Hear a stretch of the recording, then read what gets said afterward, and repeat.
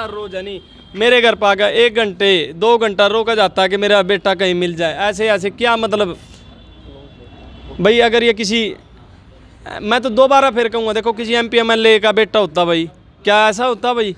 ये जिस भी अवस्था में होता हो यार, मिल जाना था। भारत देश भाई वो तो है नहीं, बाहर तो गया नहीं कहीं कि फॉरेन में चला गया, इतना पैसा था उसके पास। तो मैं तो देखो ढूंढने मदद करो भाई, ज़्यादा ज़्यादा वीडियो शेयर करो ताकि इस पिता को, इस भाई को, इसका बेटा मिल जाए भाई। और वीडियो शेयर ज़रूर करियो भाई, मेरे लिए नहीं, इस रोंदे हुए अंकल के लिए। देखो भाई आज जो इंसानियत भाई बहुत ज़्यादा गिर चुकी है, अपना पता होगा, इंसानियत ख़त्म हो चुकी है भाई। पंजाब में हरियाणा में उसका नाम है सीताराम और बिहार में उसको नाम है सदानंद। मैं मानता हूँ किसी MP MLA या किसी मंत्री कोई अधिकारी है, किसी के बेटे को अगर कुछ भी छोटा सा हादसा हो जाता है तो तुरंत एक्शन होता है। यार ये 2 महीने से मतलब ये क्या इंसानियत इतनी गिर चुकी है, इतना ख़त्म हो चुकी है भाई साहब। उस दिन वो आदमी ने बोला कि चलो हम तुम्हारा घर में ले जा करके छोड़ देंगे, मेरे घर तक नहीं ले गया, रास्ते में वो बेच लिया, क्या किया अब वही आदमी जाने। तो भाई मैं अपनी तरफ था, जो मेरे पास इनाम होगा भाई, देखो ये तो 21,000 का है, मैं 10-20 हज़ार ऊपर रखा दूंगा भाई। हमको तो यही लगता है कि जो साथ में ले गया सीताराम सदानंद, वही मतलब बच्चा को कहीं रखा है, बेच लिया, क्या किया है। और अब क्या लग रहा है? अभी भी हमको वही लगता है कि उसके पास कोई जरिया होगा, कहीं रखा है बच्चा बेचा है वही। मैंने आप तो बताया भी है, अगर किसी MP MLA का लड़का होता तो कार्रवाई आप देख लेते, किसी मंत्री का बेटा, किसी अधिकारी का बेटा होता तो आप कार्रवाई देख लेते, एक मजदूर का। क्योंकि सबको पता है यार सिस्टम आज कितना क्या कुछ हो चुका है यार। ये मेरे घर पर रोज आकर होता है बेचारा 1-1 घंटे। नमस्कार, मैं हूं आपके साथ अभिमन्यु शर्मा। बच्चों को लेकर जागरूकता अभियान काफ़ी समय से चलाते आए जा रहे हैं, चाहे वो उन्हें गुड टच बैड टच के बारे में बताना, अपने या पराये के बारे में बताना, या फिर इस बारे में बताना कि किससे कोई खाने पीने का सामान लेना है या दूसरा सामान लेना है या नहीं लेना है। लेकिन ये जब चीज़ें सिखाई जाती है, ये किसी अनजान व्यक्ति से सावधानी की बात कही जाती है। लेकिन अब तो ऐसा काम हो गया है कि यार ने भी लूट लिया घर यार का, यानी कि अपने बनकर भी और अपने भी पीठ पीछे से छुरा भोंकने लगे हैं, ऐसी चोट करने लगे हैं। तो ऐसे में अपनों से भी सावधान रहने की ज़रूरत है। आए दिन आप खबर तो देखते ही रहते हैं कि रिश्तों में आपस में किसी ने कत्ल कर दिया है, किसी ने लूट लिया, किसी का ज़मीन का झगड़ा था तो किसी का किसी चीज़ का, कहीं भतीजे ने ताऊ को गोली मार दी, तो कहीं पिता पुत्र के संबंधों में भी ऐसी बातें देखते हैं। इसी बीच हमारे साथ एक व्यक्ति को बैठे हुए आप देख सकते हैं। ये एक लाचार, बेबस, असहाय, बेसहारा पिता है। काफ़ी रो रहे हैं, आंखें इनकी आंसुओं से भर चुकी है क्योंकि इनके पास करने के लिए कुछ नहीं है। इनका बेटा इनसे बिछुड़ चुका है और इन्होंने थाने में शिकायत भी दी है कि वो कहीं लापता है, लेकिन ये कुछ कर नहीं पा रहे हैं। तो इसलिए इनका दर्द आंसुओं के ज़रिए बाहर आ रहा है। आइए जानते हैं इनसे कि क्या कुछ हुआ है। जी, गाँव में काम कर रहा था, बोबेल गाँव में मेरा लड़का जी, वो बूढ़ा आदमी बोला कि चलो हम घर में ले जा करके छोड़ देंगे। कौन बोला? पंजाब में हरियाणा में उसका नाम है सीताराम और बिहार में उसको नाम है सदानंद। सदानंद जी। कौन है ये आदमी? वो मेरा गांव का है। आपके गांव का ही है? मेरा गांव का है। कौन सा गांव है आपका? बेलगच्छी। कहाँ है ये? जिला पूर्णिया बिहार पड़ता है। बिहार पड़ता है जी। तो बिहार से यहाँ काम करने के लिए आए हो? हाँ, यहाँ काम करने के लिए आए थे। क्या काम करते हो? खेती में काम करते हैं। और आपका लड़का? वो भी खेती में काम कर रहा था। क्या नाम था उसका? लड़का का हाँ जी। अमल कुमार। और आपका?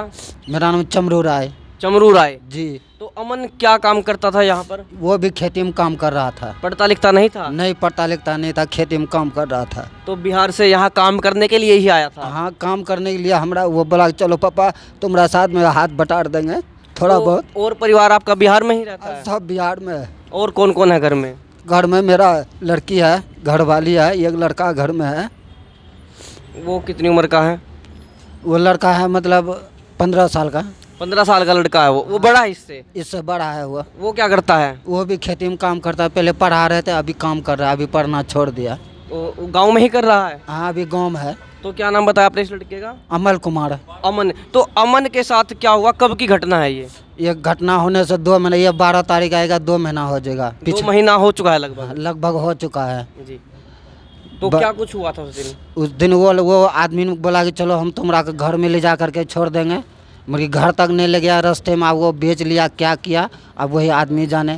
सदानंद? सदानंद आए। सदानंद खुद आपके पास आया था? नहीं, हम तो घर में थे, वो हमको फ़ोन करके तुम्हारा लड़का को ले जाएंगे, हम कहिए चलो ले चले आना। क्या आपके लड़के को गांव जाना था? हाँ, वो उसका भी इरादा था गांव जाने का, मगर कि घर तक वो लड़का गया नहीं। तो सदानंद को कैसे पता चला? उसके साथ आपकी बोलचाल थी? हाँ, उसका साथ बोलचाल था, ऐसे गाँव था तो बोलचाल था पूरा कि वो दोनों आदमी घर आ रहा है। जब उसको 1-2 दिन ट्रेन में बस पर हो गया, उसको हम फ़ोन लगाते हैं तो वो फ़ोन नहीं उठा रहा है।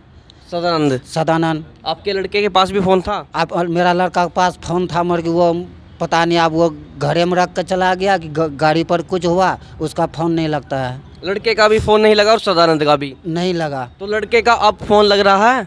नहीं, अभी भी नहीं लग रहा है। बाकी सदानंद को, सीताराम को, यहाँ सीताराम बोलता है और घर में वहाँ सदानंद बोलता है। तो सदानंद की आपसे बातचीत इस घटना के कितने दिन बाद हुई?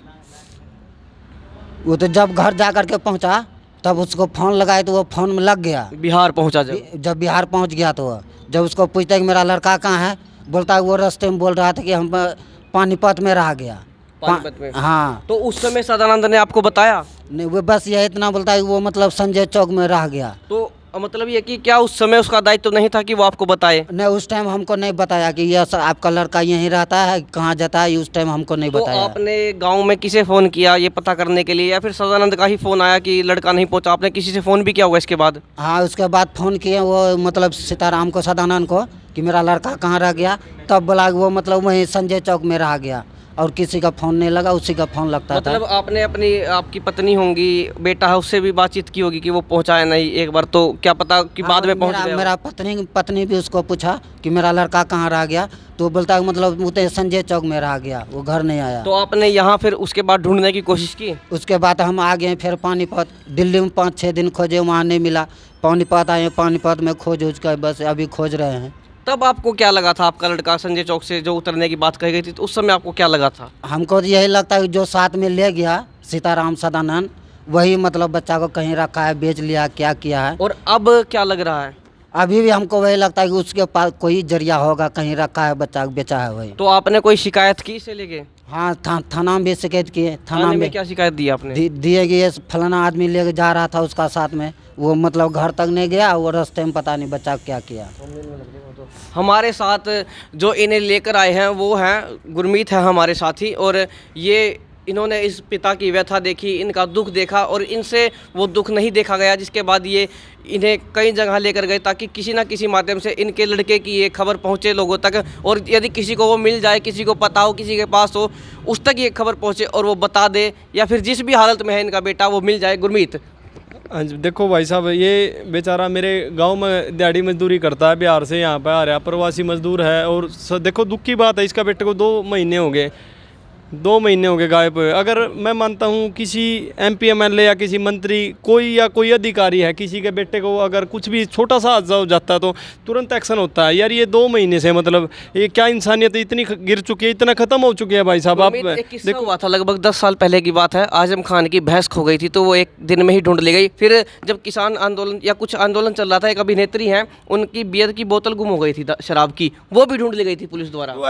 ऐसे कितने मामले हैं। देखो भाई साहब, ये यार एक प्रवासी मजदूर बेचारा अपना 1000 किलोमीटर दूर आकर पानीपत के बबैल गांव में ये अपना गुजार बसर कर रहा है भाई। और इसका बेटा जो 14 साल का, जिसको कुछ नहीं पता, इसका जो पड़ोसी है जो इन्होंने मेरे को बताया 14 साल का था जो इसका बेटा, और इसका कोई पड़ोसी इसी के गाँव का के मैं ले जाऊँगा। यार 14 साल के बच्चे को क्या पता होगा। और 1000 किलोमीटर दूर कितनी स्टेट पार करनी पड़ती है भाई बिहार जाने के लिए।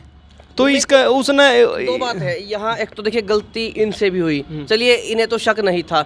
आप सबसे बड़ी कमी किसकी मानते हो? एक तो जिन्हें कार्रवाई करनी हो, दूसरा जिसने ये काम किया है।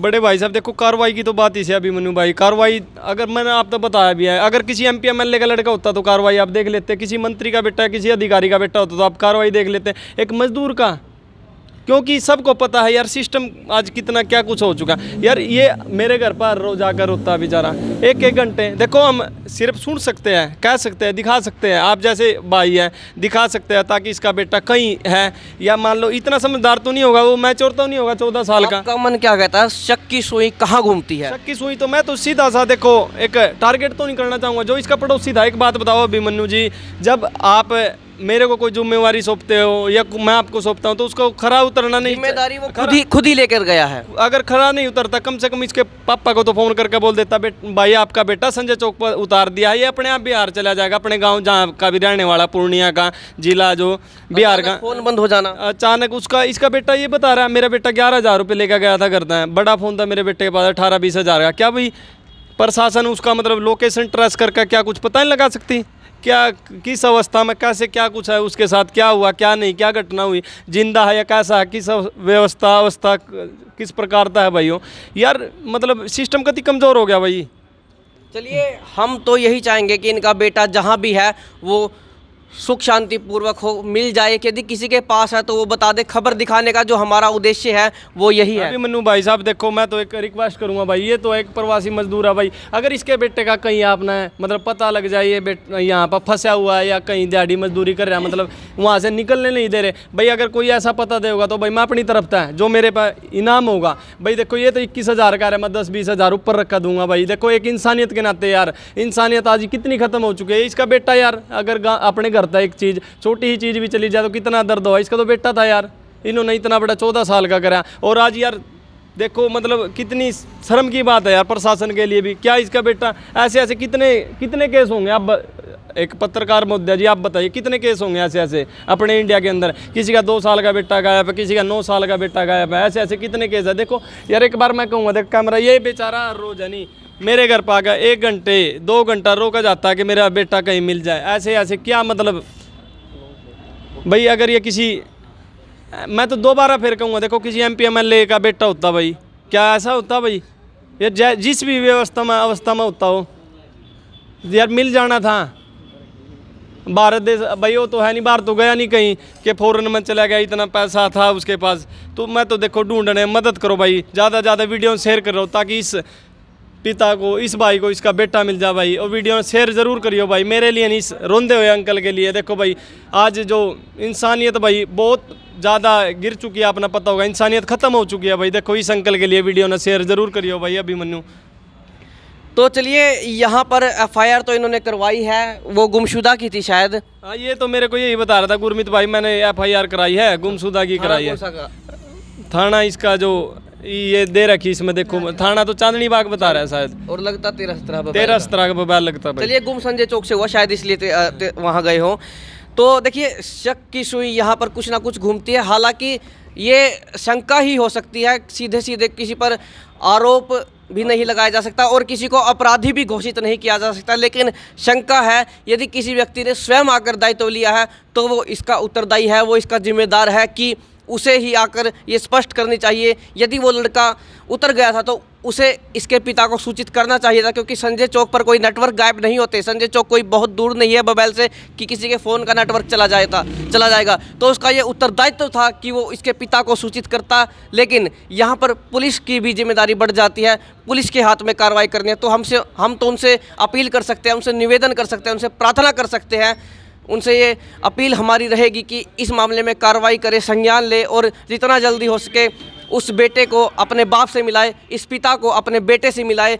और आप भी इसमें अपना बहुत बड़ा सहयोग, बहुत बड़ा योगदान, बहुत बड़ा सहायता हमारी कर सकते हैं। इस वीडियो को शेयर करें, इस लड़के की फ़ोटो पहुंचाएं और यदि किसी के पास हो, किसी को पता हो तो हमें सूचित ज़रूर करें। आपकी बहुत बड़ी कृपा ये हमारे ऊपर होगी। तो अपील आपसे, वीडियो को शेयर कर दीजिए, कमेंट बॉक्स में अपनी राय देकर वीडियो को शेयर करते हुए जो है इस पिता को उसके बेटे से मिलाने में हमारी सहायता करें। तो कर दीजिए शेयर। मैं हूँ आपके साथ अभिमन्यु शर्मा।